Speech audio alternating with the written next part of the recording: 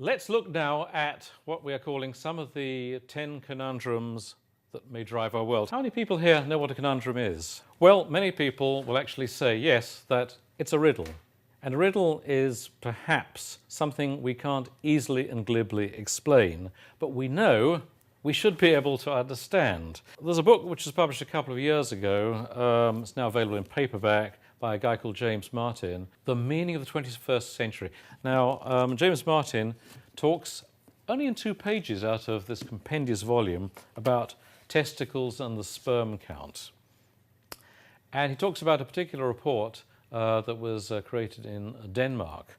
And this report shows that, or what has been suggested in the book, that the alarm of the writer, 84% of Danish men had sperm quality under the low standards set by the World Health Organization, although the men themselves seem to be normal in every other respect.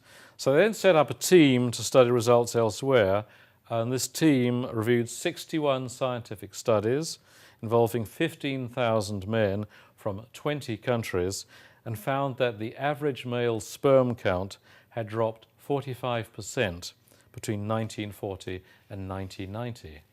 1990, not 2007, 2008. And so on and so forth. Now, 3 things, obviously. You can say, do I believe this?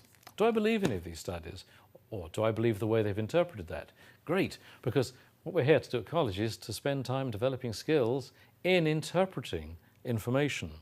Second, if I do believe it, can I do anything about it?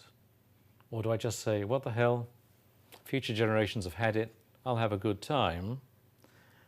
Or third, do I think as a designer, as a communicator, I actually can do something rather creative in concert with others to actually look at this issue and maybe in some way, whatever that is, address that issue?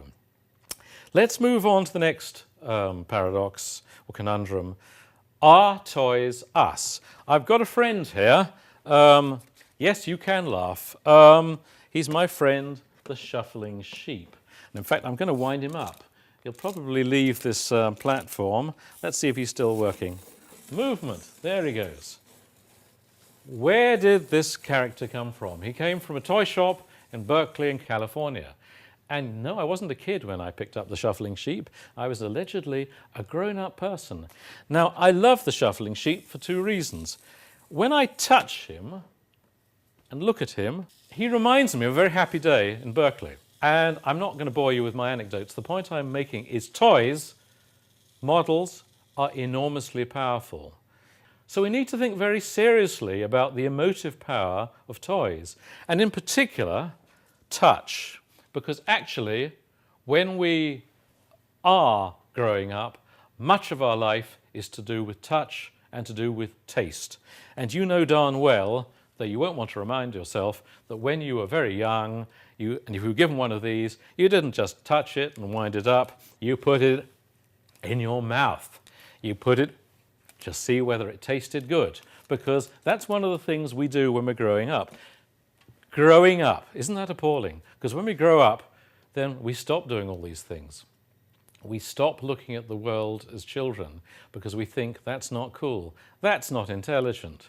So we actually adopt this very dispassionate, abstract, I'll look onto things, maybe I won't say, I feel things. Any of us can pick up any of the artifacts that are around us and invest them with a quality of imagining which maybe it'll take us 20 years, 50 years, or maybe never to return to.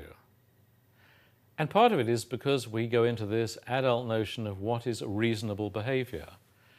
If you're a kid, you don't look at the world in the way that I am, standing up straight. If you've got something on the table, you go down. You look at it at eye height. You spend a lot of your life on the floor, crawling around. You look at things at a natural eye-line height.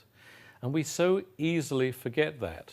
Children can transcend the behavior, the barriers that adults put around them, see things and feel things in different ways, and dream.